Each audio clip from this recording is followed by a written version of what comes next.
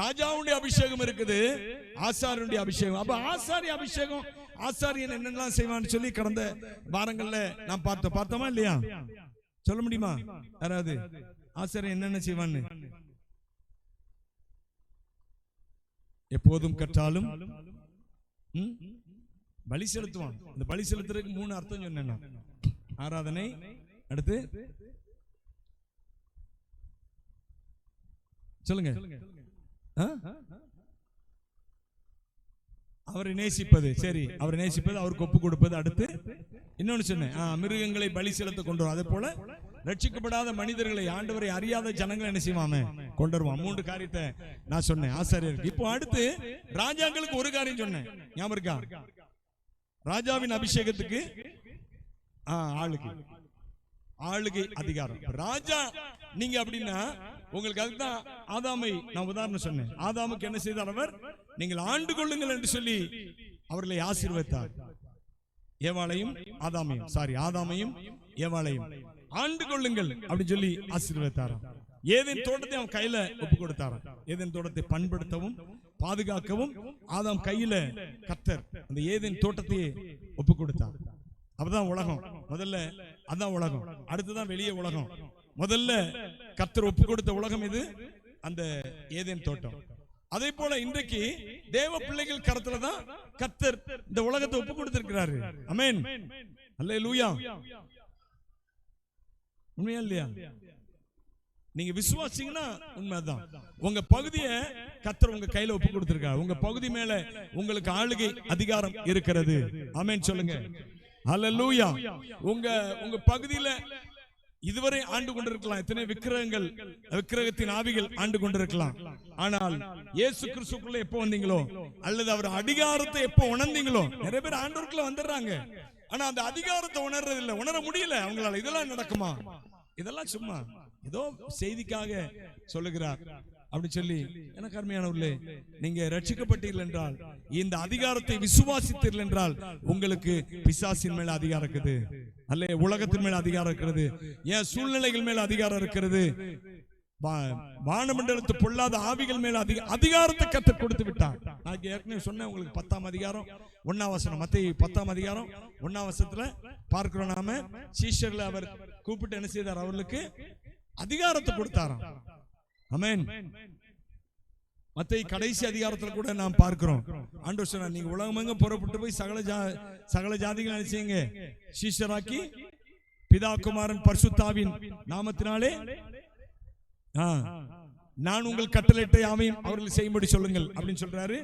அடுத்து மார்க்ல சொல்றாரு, நீங்க விசுவாசிக்கிறவர்களால் நடக்கும் அடையாளங்கள் ஆவன, அவர்கள் பிசாசுகளை துரத்துவார்கள். ஹல்லேலூயா. இந்த உலகத்துல எல்லாம் மனுஷரை விட பெரிய ஆள் யாருங்க? பிசாசு. உண்மையா இல்ல? எத்தனை பேர் ஆமென் சொல்றீங்க? உண்மைதான். மனுஷனை விட பெரியவன் தானே பிசாசு. உண்மை இல்லையா? உண்மை. ஆனா ரட்சிக்கப்பட்ட மனுஷனுக்கு முன்பாக அவன் ஒண்ணுமே இல்லை. ஹல்லேலூயா.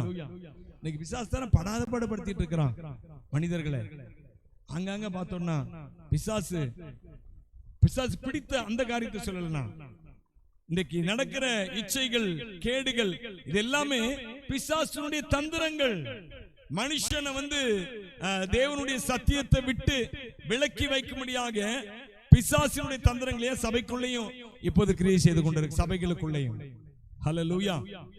அப்போ இந்த பிசாசின் மேல, இந்த அதிகாரங்கள் மேலையும் நமக்கு அதிகாரம் கொடுத்தா. அவனுக்கு ஒரு அதிகாரம் இருக்குது, ஆனால் அதற்கு மேற்பட்ட அதிகாரம் எனக்குள்ளேயும் உங்களுக்குள்ளேயும் இருக்குது. ஹல்லேலூயா. பரிசுத்த ஆவியை பெற்றவர்கள் அல்ல. நீங்க வாசிங்களேன், மார்க்கு சுவிசேஷம் 16:17 வாசிங்க. மார்க், நல்ல கவனிக்கணும் இந்த வார்த்தையை. பரிசுத்த ஆவியை பெற்றவர்களால் அப்படி அல்ல, அபிஷேகம் பெற்றவர்களால் அப்படி அல்ல, அந்நிய பாஷையை பேசுகிறவர்களால் அப்படி அல்ல. அந்நிய பாஷை ஒரு உன்னதமான அனுபவம், அது கண்டிப்பா எல்லாரும் பெற்றுக்கொள்ளணும், அதெல்லாம் நான் குறைச்சு சொல்லல. ஆனால் பிசாசு துரத்துவது ஆண்டவர் விசுவாசியா போதுமா? ஹல்லேலூயா. பைபிள் சொல்றது பாத்தீங்களா? விசுவாசிக்கிறவர்களால் நடக்கும் அடையாளங்களாவன, என் நாமத்தினாலே. ஃபர்ஸ்ட் எடுத்தோன்னு என்ன தெரியுமா? இன்னைக்கு பிசாசு பார்த்து தான் மனுஷன் நடுங்கிட்டு இருக்கான். ஹல்லேலூயா. விசுவாசிகள் கூட நடக்கிறாங்க. பயப்படுறாங்க. அங்க வந்துருப்போம். எனக்கு தெரிந்த ஒரு சகோதரி நம்ம சபைக்கு தான் வந்துட்டு இருந்தாங்க. அவங்க வீடு பெரிய இடம் இருக்குதுங்க. அவங்க அந்த இடத்த வச்சு எவ்வளவோ செய்யலாம் சிட்டிக்குள்ள மெயினான இடத்துல. ஆனா அந்த இடத்துல ஒரு பூடை இருக்குது. அவங்க முன்னோர்கள் வச்சிருக்காங்க. அவங்க இந்து மார்க்கத்துல இருந்து ஆண்டவர் ஏற்றுக்கொண்டு வந்திருக்கிறாங்க. அதுல ஒரு பூடை இருக்குது அவங்க இடத்துல சொந்தமான இடத்துல. பால் அணிஞ்சு போய் கிடக்குது. அங்க பாம்பெல்லாம் போகுது வருது சர்வசாதாரணமா. அவங்கள தயவுசெய்து அந்த பூடத்தை எடுங்க அப்படின்னு சொன்னா, இல்ல வேண்டாம், எடுக்க வேண்டாம். நாங்களாம் வந்து எடுக்கிறோமா? வேண்டாம். ஏன்னா அது எதாவது என்ன செய்யும், நம்மளே ஏதாவது பண்ணிரும். அந்த விக்கிரகம் வந்து விக்கிரகத்தை ஆவி என்ன செஞ்சிருமா, இவங்களை ஏதாவது பண்ணிருமா. அப்போ அவங்களுக்குள்ள அதிகாரம் தெரியல. இயேசு கிறிஸ்து இன்னும் அவங்க சபைக்கு வராங்க. அத சகோதரிலாம் ஆரம்பத்தில் என்ன செய்ய தெரியுமா, திருவிருந்த ஆராதனைக்குன்னா நானே ஒயிட் ஷர்ட் கீழே பிளாக் பேண்ட், என் மனைவி கலர் சேலை தான் கொடுத்திருப்பாங்க.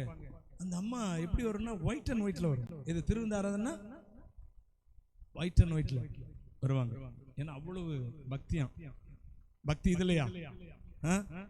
இயேசு கிறிஸ்துவால எனக்கு என்ன அதிகாரம் இருக்குன்னு தெரியல. விசுவாசிக்கிறவர்களுக்கு கர்த்தர் கொடுத்திருக்கிற அந்த ஆளுகை குறித்து தெரியாம என்ன விசுவாசி சொல்லுங்க. நீ பிசாசு துரத்த வேண்டாம் ஐயா. பிசாசுக்கு பயப்படாமலையா இருக்கலாம்ல நீ. ஆண்டவர் பிசாசுடைய அதிகாரங்கள் என்ன செஞ்சிட்டாரு, உறிஞ்சிட்டாரு. பைபிள் அர்த்தம் சொல்லுங்க. நீங்க கொலோசியர் நிருபத்துல 3ஆம் அதிகாரத்தை வாசி பாத்தீங்கன்னா, அதுல 2ஆம் அதிகாரத்துல வாசி பாத்தீங்கன்னா 15ஆம் வசனத்தை வாசிங்க.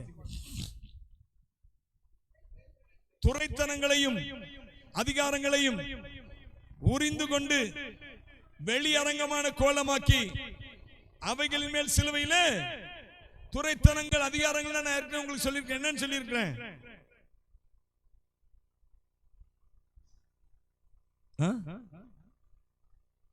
இந்த இடத்துல சொல்லப்பட்டிருக்கிறது என்ன அர்த்தத்துல சொல்லப்பட்டிருக்கு தெரியுமா?